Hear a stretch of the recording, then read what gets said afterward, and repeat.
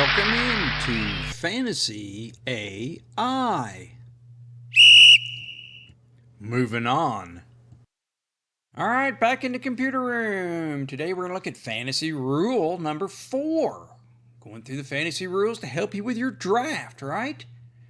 If you haven't seen the others, go back and look at the first 3 videos, but this is what we're dealing with, the consensus rankings, right? Rule number 4 is we use the consensus rankings on our draft sheets. This is how we prepare our draft sheets, all right? So we want those consensus rankings on there. And why do, well, we know their order then, right? We hope we know we're going to be able to predict the order the draft goes in or how the players are selected or how they're going, right? We don't use their order to pick. That doesn't mean we draft in their order. We have our own favorites and we have our own people we want to draft, but this allows us to know how the draft might go, right? So we can wait on players and get them at the right time, maybe get an extra player before we take our player, right? Well, let's look at this real quick. So if it's going down and we have them ranked our list in consensus order, well, A goes first, B's probably going first, second, C is going next, D, you can kind of see, well, who you think's next? E's going to be next. Well, now it doesn't always follow this, but it's easy to go back and probably have an idea who's going next, and that way you know if you can wait and come back, go to another position maybe, and come back and get him, or how much to spend, and that's all coming. But so if you have them by your rank, right, and you have them you ordered the players by your rankings, well, then okay, B might go next, but now see, you might, if it's your pick, you're going to be taking D, right? Because hey, he's next on your list. You don't know the order they're going to be in it going anymore because you don't even have them listed in consensus order. So the smarter move, that's wrong, obviously. The smarter move, since it's multi-dimensional, here we have several lists. You have your running back list, you have your wide receiver list, your quarterback list, your tight end list, defense list. So there's so many lists to keep track of. You need to take the pressure off of you, have them listed in consensus order so you know the order they're going in. So here you could see you don't want to take that D, right? Here, that D right here, if you just pop up there, that's out of order. That C hasn't gone yet, right? Now, this is oversimplified, guys, this list, but obviously there's so many more players. But hey, you could come over here and take this B player. Now, why'd you take that B instead of this A? Well, you might rank this listing more than the other. You know, it still have importances there. But so then the draft continues, right? And the other parts are going and moving, and then you can still come back and get that D that was on your list anyway, just because you had them in consensus order. You could then get the picks you want, and you might do it and know how long to wait. And that's the whole point here is we have an idea of the order the players are going in. That's so important. So another reason to use consensus rankings, you get no rubbernecking, right? People looking over your eyeballing your list to know who you might want, might run you up on that player, might steal your pick, right? You don't like rubbernecking. Hey, it also, if you're telling everyone, hey, I just use consensus rankings, well, that's decoying your level of preparedness, right? So they're thinking, hey, well, Joe doesn't come in here with any preparedness. I probably won't either. Or they may not watch prepared just as much as they might have, right? So that's kind of important. Hey, you might think that's silly, but if I can garner just 1% better chance of winning out of something crazy like I'm doing it, I want to do everything I can to win. You can provide the list to others, right? So if you're just giving out the consensus rankings, well, who cares? You can provide it to other people. Why help other people? What all comes back to, we want to know the order the players are going to be drafted in as much as we can. And if more people using the consensus rankings, and then we know what order the players are coming out in, right? So it just helps us.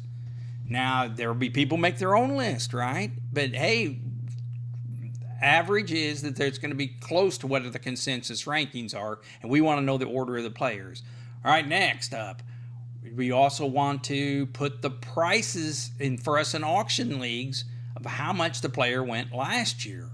All right, So zoom in on that a little bit. So this isn't how much I think they're going to, this is how much the price they were last year's draft. That's why we save those draft sheets, right? Put those numbers in there. So you can get an idea of how it's going and how much you should have to pay this year for the player you want in here. So you're scratching them off, right? But you're also writing down how much they went for during the draft. I know there's a lot of things going on. Got to keep track of your money, track everything else that's going on, but it's important to make sure you kind of can scribble down how much the players are going for during the draft. All right? So did you pick that up here? Did you see Patrick Mahomes here went $4 less? Allen, $4 less. Excuse me. Jalen Hurts was, and this is hypothetical, went $3 less, but Fields went $2 more. Well, but if you look over the net there's a $9 less spent in that positions on those quarterbacks. Well, that's just going to show up somewhere else, right? That $9. Maybe in the quarterbacks. Maybe it's going to show up. We're keeping track of money flow, right? Maybe that money's going to show up in the running backs. So it's just very important to keep track of where that money's going and how it's being spent. So we got our sheet laid out now. We know that we want to put the consensus rankings listed in that order, and you put the money, you do it in a spreadsheet or whatever, the money from last year that was how spent. So this is how your list is looking. Now you're saying Fantasy AI, I don't remember. How am I going to know who I wanted? Well, if you've been watching all summer, you know the players you like and the ones you don't. But I was worried about that the first few times that I went to the new thing. So way back then I started putting little pencil marks there. I don't know if you saw them there. I put them next to the players' names that I wanted or whatever to make sure that I knew and had a kind of reminder in that draft because a lot of things are going on. You put subtle little pencil marks on there. Now make sure you don't give the pencil mark versions to the other people. And then, hey, look here, I put them on, if they can't see those, sometimes I put them on that end, and then you're saying, well, wait a minute, what if other people see my pencil marks on my things, and then that's just like having them in my order. Well, you can always throw some decoy pencil marks in there too. Now that you guys might be thinking this is crazy, if you're sitting at home drafting alone online or on a phone, or maybe you're making calls, but the meeting thing. But hey, if you're live there and you got rubbernecks, you just never know. So you can so anyway, all I'm saying is you can get the marks on there, but you can use them however, and a lot of times already know. If you're looking at this video in July, you already know who the players are going to be. You've watched all those videos, so you know who you're going to like anyway. But you can sneak little pencil marks on there, and if they got a lot of rubberneckers, sneak some decoy ones on there. So that's what we're saying here, right? Wait on your players. No rubbernecking. You try to prevent, if they know you've got the consensus rankings, they ain't rubbernecking. No decoy. You can decoy your level of preparedness. Provide the list to others. So that's what we're talking about here, right? That's fantasy rule number 4. Use the consensus rankings on your sheet, your draft sheet. All right, and so we'll know how much we can spend. Moving on. All right, the stars taking the field. Fantasy AI Data Center.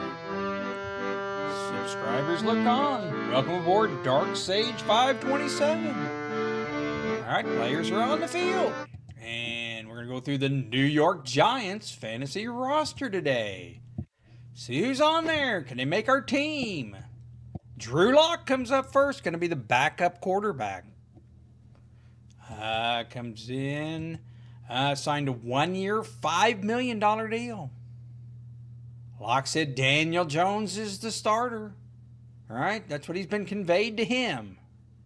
So he's going to sit back, enjoy the $5 million, let Daniel Jones get out there, start the season. I have a feeling Drew Lock's going to be in by the end of the season. If things don't go right for Daniel Jones again, there'll be signaling what they're going to do the next year, draft a quarterback. That way they'll play Drew Lock the end of the season. So he'll probably get in there. So can't rest too much. Theo Johnson comes in next, tight end, back up. All right? Well, maybe a backup. Now remember, Darren Waller retired at tight end for them.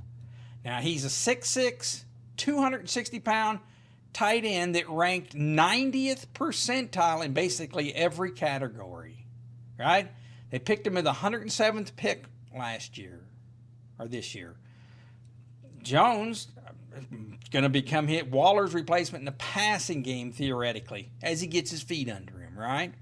They'll probably start off with the other tight end, but he'll eventually, rookie, get worked in, especially when that season goes south. He'll be getting in there.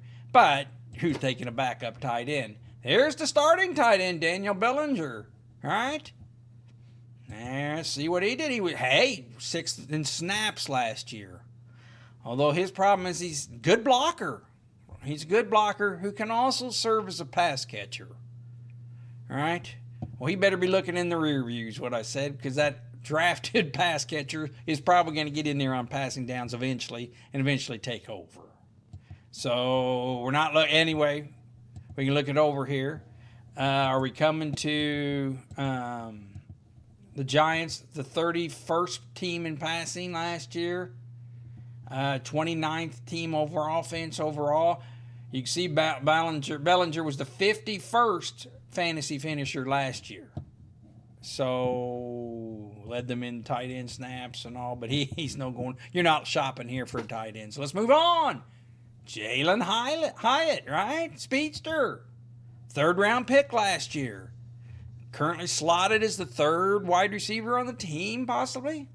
Had 373 yards last year. Speedy deep threat. Only caught 23 catches. All right. You can see what he did last year. Got in some games. 373. Fantasy average of 2 points a game. So, anyway, you can see that what did he finish down here? He finished 102nd. They got the 11th position schedule, but you're not taking him. So, we're moving on. Now, Wan'Dale Robinson, we've heard about him, right? At least he got some. Now, well, hey, have you heard Darren Waller retired? Right? So Daniel Jones likes to throw over the middle. And that usually means the tight end or the slot receiver. Well, Robinson plays out of the slot lot, right? He's further removed from that ACL injury that kind of held him back last year early on, right? He led the team with 60 receptions. So is he going to jump off the page? He's probably going to be on the waiver wire. You might even have him on your team at one point. Does a fill-in next year. All right? Waiver wire. See what he did here last year? He got a couple. Look at that. A couple games over 10. Fantasy average of 4.8. You know, so you never know. You might be going to that waiver wire and picking him up for a game. With that 11th easy passing schedule, you know, might get some action. Not a lot. Hey, no, but it'd be a 1 week waiver wire pick if you're desperate. All right, moving on. How about Tyrone Tracy coming in? Is that the first of the running backs? Isn't ready to be a full-time running back, I got, right? Well, he's had 146 career carries in college. Started out as a wide receiver. Well, that's part of the problem why he didn't get so many. And, hey, probably has good, you know, they're thinking receiving back, right? Antonio Gibson kind of following in the footsteps. But 5'11", 209 pounds. Should be a role on special teams his first year, right? So why do I have him second? I mean, let's go back in here and look. They're going to have him ranked. He's currently ranked 52nd, right? They got the 10th easiest schedule. So I guess he would be considered by them the main competition for Singletary.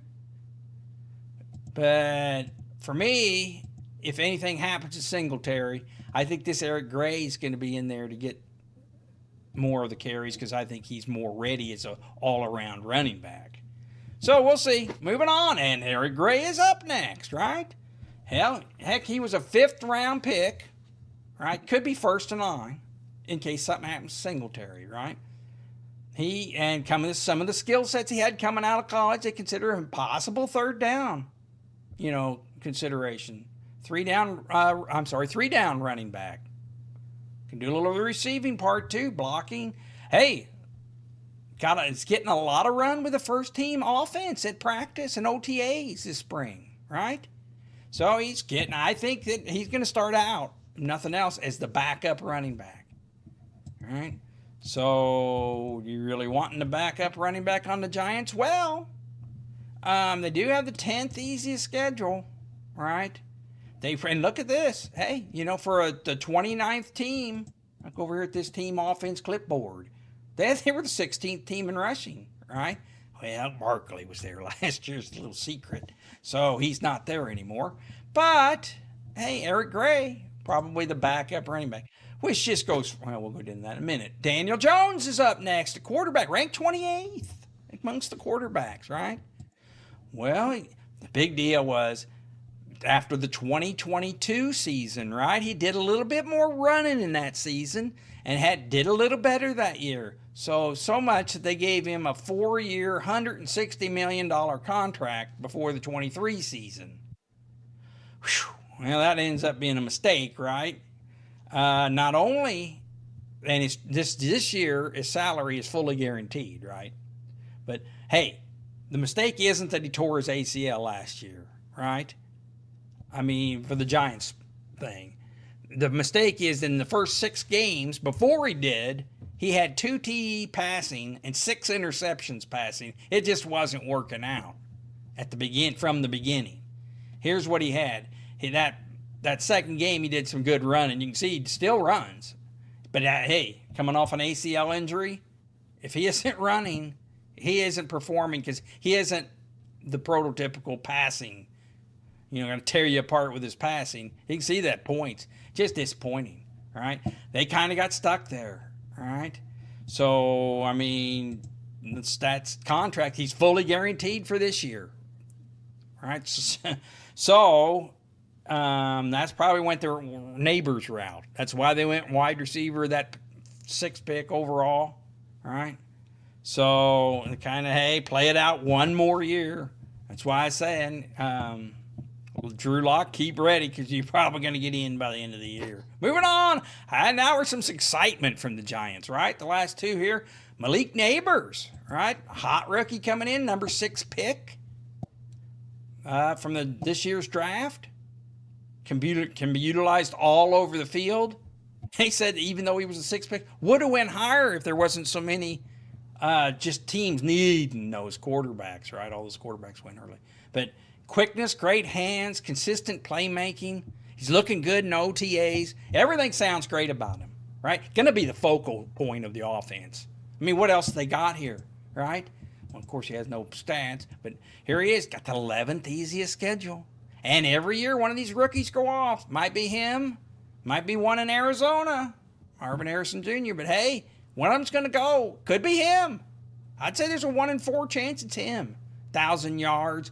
Then there's a chance he might even have an explosive year. Going to be he's got the 11th passing schedule. He's going to be the team focus. I don't think they're going to say, oh, come on, let's get out and throw it to Wandale this year. Get him going. Or this Hyatt.